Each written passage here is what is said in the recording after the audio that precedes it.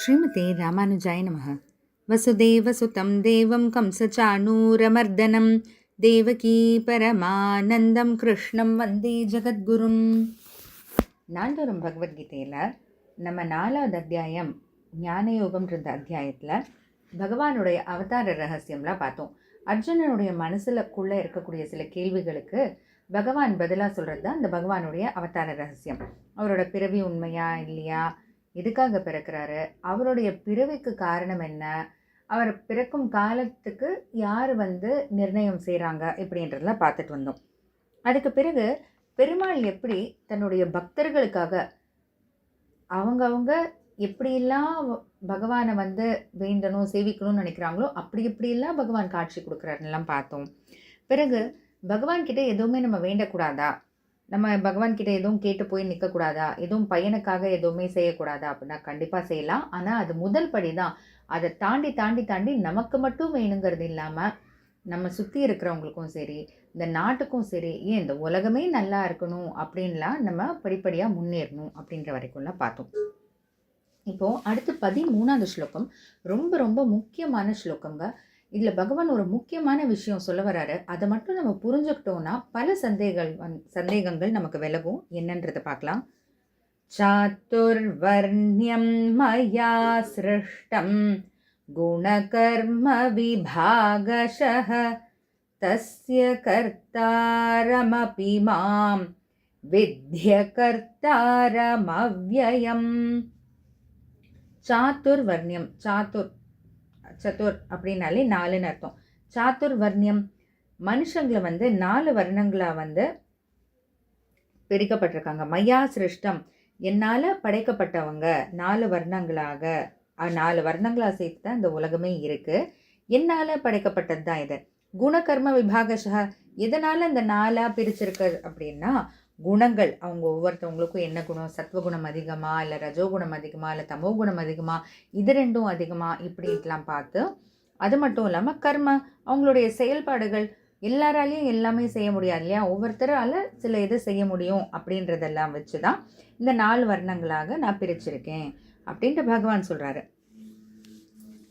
தஸ்ய கர்த்தாரம் அப்பி மாம் வித்தி, தஸ்ய கர்த்தாரம் அபிமாம் வித்தி, இந்த படைப்பு தொழில், அதாவது இந்த 4ஆக பிரித்து படைச்சதை கர்த்தா அப்பிமாம், நான் தான் மாம் வித்தி, நான் தான் செஞ்சேன்றதை தெரிஞ்சுக்கோ.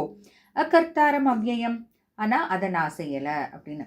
இன்னும் முக்கியமான ஸ்லோகம். இதில் பகவான் முக்கியமாக ஏதோ சொல்ல வர்றாருன்னு பார்த்தா குழப்பறாரே அப்படின்னா ஒன்றும் இல்லை. இதை நம்ம தெளிவாக புரிஞ்சுக்கணும்.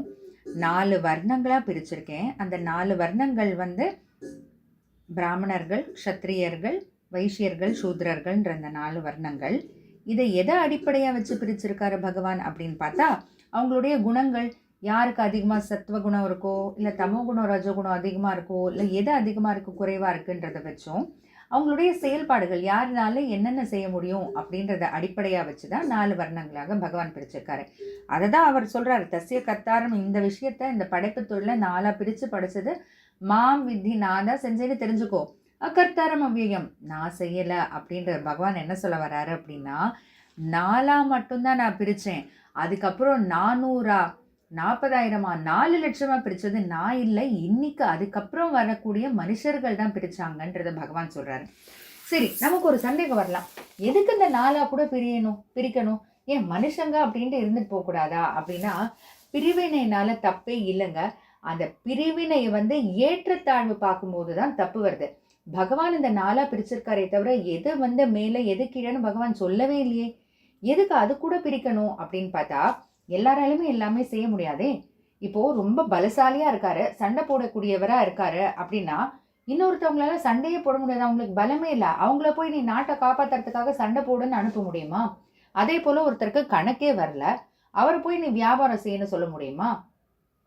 ஒருத்தவங்களுக்கு ஸ்லோகம் சொல்கிறது அது இதுன்னு வரல, அப்போ எப்படி அவங்க பூஜை செய்வாங்க? அப்போ ஒவ்வொருத்தவங்களுக்கு ஒவ்வொன்றும் வருதுங்கும் போது அப்போ அதுக்கு தகுந்த மாதிரி பகவான் பிரிக்கிறாரு. ஆனால் இதில் ஏற்றத்தாழ்வு பகவான் சொல்லவே இல்லை. இவங்க தான் மேலே இருக்காங்க, இவங்க கீழே இருக்காங்க, இவங்க உயர்ந்தவங்க, இவங்க தாழ்ந்தவங்கன்றதை பகவான் சொல்லலை. அதைத்தான் சொல்கிறாரு. அகர்த்தாரம் அவ்யயம் அப்படின்னா அந்த ஏற்றத்தாழ்வு, அதுக்குள்ளே இருக்கக்கூடிய பல பிரிவினைகளை நான் செய்யலை. ஏன்னா பகவான் பிரித்தது 4 தான், ஏற்றத்தாழ்வு இல்லாமல். அதுவும் அவங்கவுங்க கர்மங்கள், அவங்க செயல்பாட்டுக்கும் அவங்களுக்கு என்ன குணங்கள் இருக்கு அப்படின்றத அடிப்படையா வச்சுதான். ஆனா அதுக்கப்புறம் 400 40,000 4,00,000 பிரிச்சது அதுக்கப்புறம் அந்த மனுஷங்க தானே தவிர பகவான் கிடையாது. அதுக்கப்புறம் ஏற்றத்தாழ்வு அப்படின்ற அந்த விஷயங்கள்லாம் கொண்டு வந்ததும் மனுஷங்க தான். அவங்களுடைய சுயநல சில விஷயங்களுக்காக அவங்க அதெல்லாம் கொண்டு வந்தாங்க. ஆனா அது தப்பா பகவான் செய்யறாருன்றதை நம்ம புரிஞ்சுக்க கூடாது. அதுக்காக தான் பகவானே, வேற யாரும் சொன்னா கூட நம்ப முடியாது, பகவானே வந்து சொல்றாரு, ஆமா நான் 4 பிரிச்சேன், ஆனா இதுக்காக தான் பிரிச்சேன், ஏற்றத்தாழ்வு அதுல எதுவும் கிடையாது, அவங்க செயல்பாட்டுக்கும் குணங்களுக்கும் ஏத்த மாதிரி பிரிச்சேன், அதுக்கப்புறம் வரக்கூடிய பல பிரிவினைகளுக்கு நான் காரணம் இல்லைன்றது தெளிவா பகவான் எடுத்து சொல்றாரு. நம்மளும் அதை புரிஞ்சுக்குவோம். ஏன்னா பிரிவினைன்றது கண்டிப்பா தேவைதான். ஆண் பெண் அப்படின்னு பிரிவினை இருக்கு, சிறியவர்கள் பெரியவர்கள் அப்படின்னு பிரிவினை இருக்கு. இப்போ வயசானவங்களையும் சின்ன குழந்தைங்களையும் சேர்த்து ஒரே விஷயத்த செய்ய சொல்ல முடியுமா? குழந்தைங்க அளவுக்கு வயசானவங்களால குதிக்க முடியுமா? முடியாது இல்லையா? அது போலதான் எல்லாராலையும் எல்லாத்தையுமே வந்து செஞ்சிட முடியாது அப்படின்றதுக்காக ஏதோ சில பிரிவினைகள் வந்து தேவை அடிப்படையாக, அதை தாண்டி தேவையில்லை. அதுவும் அடிப்படையாக பிரிவினைகள் இருக்கலாமே தவிர அதுல ஏற்றத்தாழ்வை பார்க்க கூடாது. பகவான் சொன்னதை பகவான் செஞ்சதை நம்ம நல்லா புரிஞ்சுக்கிட்டு நம்மளும் அதுக்கேற்ற மாதிரி செயல்படலாம். ஜெய் ஸ்ரீ கிருஷ்ணா.